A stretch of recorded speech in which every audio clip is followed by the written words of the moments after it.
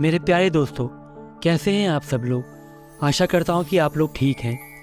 दोस्तों, मेरा नाम अरुण है, लेकिन घर पे लोग मुझे विक्की नाम से ही बुलाते हैं और मैं दिल्ली में रहता हूं। दोस्तों, वैसे तो पहले मैं भूत पिशाच डायन आत्मा इन सब बातों पर बिल्कुल भी विश्वास नहीं करता था, लेकिन जो घटना मेरे गांव में मेरे साथ घटी थी और जो मैंने उस रात देखा, उन बातों को मैं जब भी सोचता हूँ तो मेरे रोंगटे खड़े हो जाते हैं। वो भयानक मंजर और वो गांव में खेत में बैठी वो औरत, भला इतनी रात को, रात के अंधेरे में एक अकेली औरत खेत में सब्जी बो रही थी। ये बात कुछ समझ नहीं आई और फिर अचानक से वहाँ से गायब हो गई। दोस्तों, यही अपनी एक सच्ची घटना जो मेरे साथ घटी थी आप सब लोगों को बताना चाहता हूँ। दोस्तों, ये घटना तब की है जब मेरे बड़े पापा जो दिल्ली में रहते थे, उनकी बड़े बेटी की शादी थी। भैया की शादी गांव से ही हुई थी। हमारा गांव उत्तर प्रदेश में गोरखपुर के अंदर पड़ता है। शादी के बस एक ही हफ्ते बचे थे और बहुत सारी तैयारियां बाकी थी, इसलिए मैं और मेरा सारा परिवार ट्रेन में बैठकर अगले दिन अपने गांव पहुंच गए। गांव पहुंचकर सब लोग घर की साफ सफाई और दूसरे कामों में व्यस्त हो गए। धीरे धीरे सारा दिन बीत गया और अब रात हो गई थी। दोस्तों, जिस समय की ये बात है, उस समय मेरे गांव में बिजली बहुत ही कम आती थी और रात को तो बिजली रहती ही नहीं थी। हमारे गांव में घर भी बहुत दूर दूर हुआ करते थे और हर जगह जंगल ही जंगल थे और उसमें बड़े बड़े पेड़ थे। रात के अंधेरे में ये सब बहुत ही भयानक लग रहा था। ऐसा लग रहा था कि उन पेड़ों के बीच कोई बैठा हुआ है और हमें देख रहा है। मेरे घर पर सब अंधेरे की वजह से सब लोग खा पीकर सोने के लिए जल्दी तैयारी कर लिए। घर की औरतें छत पर सोने के लिए चली गई और सारे पुरुष लोग घर के बाहर चारपाई और तख्त पर जाकर सो गए। उस समय गांव में अक्सर लोग इसी तरह से जल्दी सो जाया करते थे, क्योंकि लाइट रहती नहीं थी तो जगकर कोई फायदा नहीं था। मैं भी खा पीकर अपने खाट पर जाकर सो गया था। मच्छर बाहर बहुत थे तो हम लोगों ने मच्छरदानी लगा रखी थी। तो दोस्तों, मुझे जब लोग खर्राटे लेते हैं तो नींद आने में बहुत मुश्किल हो जाती है। मेरे बगल में ही मेरा कोई रिश्तेदार इतनी तेज तेज खर्राटे ले रहा था तो मुझे नींद ही नहीं आ रही थी। फिर मैंने क्या किया, जो मेरी चारपाई थी उसे थोड़ा दूर ले जाके बिछा दिया। उधर मुझे खर्राटे की आवाज़ बहुत कम सुनाई दे रही थी। फिर मैं थोड़ी देर बाद गहरी नींद में सो गया था। रात के करीब 11 बज रहे थे। मैं भी गहरी नींद में सो ही रहा था। हर तरफ सन्नाटा था। तभी किसी जानवर की रोने जैसी तेज आवाज आई। मैं हड़बड़ाहट में डर के मारे उठकर बैठ गया और दूर दूर तक देखता रहा। तो देखा तो दूर खेतों में सियार की आवाज आ रही थी, जो अंधेरे में बहुत डरावनी सी लग रही थी। मेरी नींद अब खुल चुकी थी और मुझे टॉयलेट भी जाना था, तो मैं पास के टॉयलेट में न जाकर खेत में शौच करने चला गया, क्योंकि टॉयलेट के पास बहुत अंधेरा था और रात को सांप बिच्छू रहने का भी खतरा रहता था। फिर शौच करने खेत में गया। फिर वहां से मैं वापस आ ही रहा था, तभी मैंने क्या देखा, मेरे घर से 10 कदम दूर खेत में एक औरत बैठी थी। फिर रात को सब्जियां बो रही थी। भला इतनी रात को कोई अकेले सब्जियां बोता है क्या, वो भी एक औरत। मेरी हिम्मत तो नहीं हो रही थी, लेकिन मैं किसी तरह आगे बढ़ा। मैं उसके पास पहुंचने ही वाला था, तभी मेरे पापा उठ जाते हैं और बोलते हैं, तू इतनी रात को कहाँ जा रहा है, तुझे नींद नहीं आती क्या, जाकर सो जा, सुबह बहुत काम है। मैंने बोला, पापा बस मैं जा ही रहा हूँ सोने।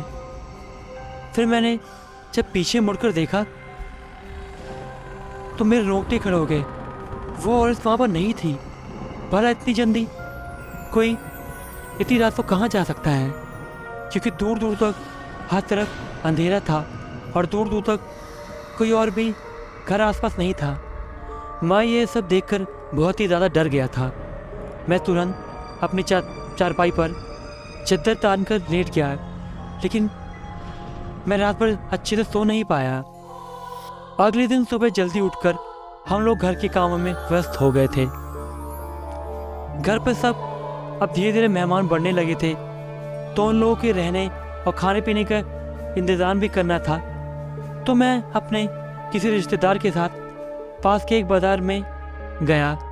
वहाँ से हमने खाने पीने की पत्तलें और खाने पीने का सामान, गिलास और सब्जियाँ लेकर हम लोग घर पे वापस आए। फिर वो सामान हमने हलवाई को दे दिया और साथ में हम उनकी मदद में भी लग गए, जैसे आलू छिलना और छोटा मोटा काम। पहले ये सब काम आम बात थी और सब लोग मिलकर करते थे। अब रात के करीब 8 बज गए थे, तो मेरे चाचा आए और बोले, विक्की जरा बाजार चले जाओ, जनरेटर का सारा तेल लीक हो गया है और कल मेहमान लोग सुबह सुबह ही आ जाएंगे और हमें पंखा और घर की लाइट जलाने के लिए सुबह जनरेटर की जरूरत पड़ेगी।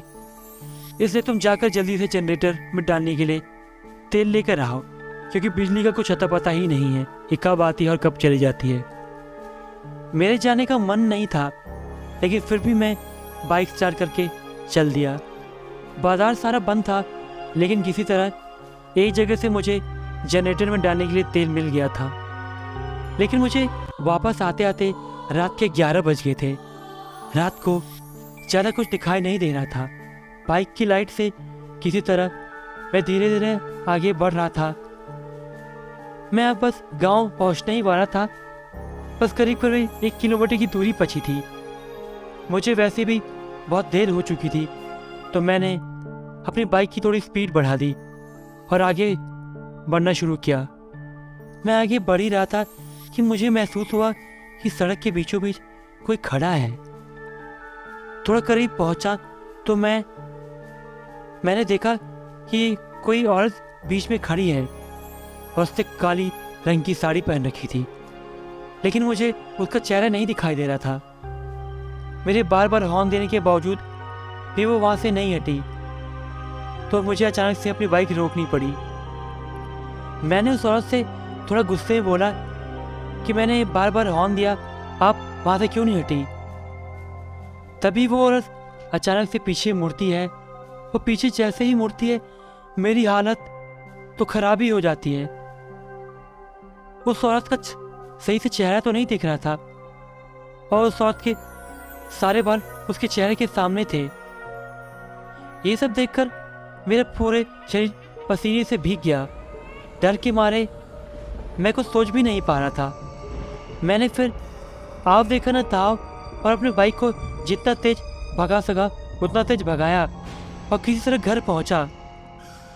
और घर जाके ये सब बातें मैंने अपने घर वालों को बताई, लेकिन किसी ने मेरा विश्वास नहीं किया और बल्कि मुझे डांट सुननी पड़ी कि इतनी रात कैसे हो गई। सब लोग इतने परेशान हो रहे थे। मैंने घर वालों को इसका जवाब नहीं दिया, क्योंकि वो लोग, मुझे पता था कि मेरी बातों पे आप बिल्कुल भी विश्वास नहीं करेंगे। मैंने उस दिन खाना भी नहीं खाया सही से। मेरे मन में उस औरत का चेहरा बार बार सामने आ रहा था।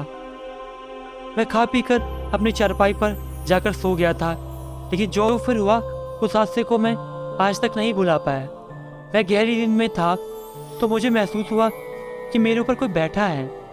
मैंने जैसे ही आँख खोली, मैं दंग रह गया। एक औरत मेरे चारपाई के बगल में खड़ी होकर मुझे देख रही थी। मैंने फिर चिल्लाने की कोशिश की, लेकिन मैं कुछ बोल ही नहीं पा रहा था। ऐसा लग रहा था कि मेरी आवाज़ ही बंद हो गई। मैं गूंगा हो गया हूँ और मुझे कोई बोलने से रोक रहा है, लेकिन अचानक से मेरी तेज से आवाज़ निकल पड़ी। मैं चिल्ला पड़ा, बचाओ बचाओ। तभी घर के सारे लोग उठकर बाहर आ गए। मैंने बोला, वो औरत उधर खड़ी है। मैं बोल ही नहीं पा रहा था, लेकिन दोस्तों उधर कोई नहीं था। दोस्तों, अगर आपके साथ भी ऐसा ही कुछ घटना हुआ हो तो आप अपनी कहानी मुझे भेज सकते हैं और उसे मैं अपनी आवाज़ दूंगा। दोस्तों, अगर आपको ये वीडियो पसंद आई तो इस चैनल को लाइक कीजिए, सब्सक्राइब कीजिए और बेल आइकन दबाना ना भूलें।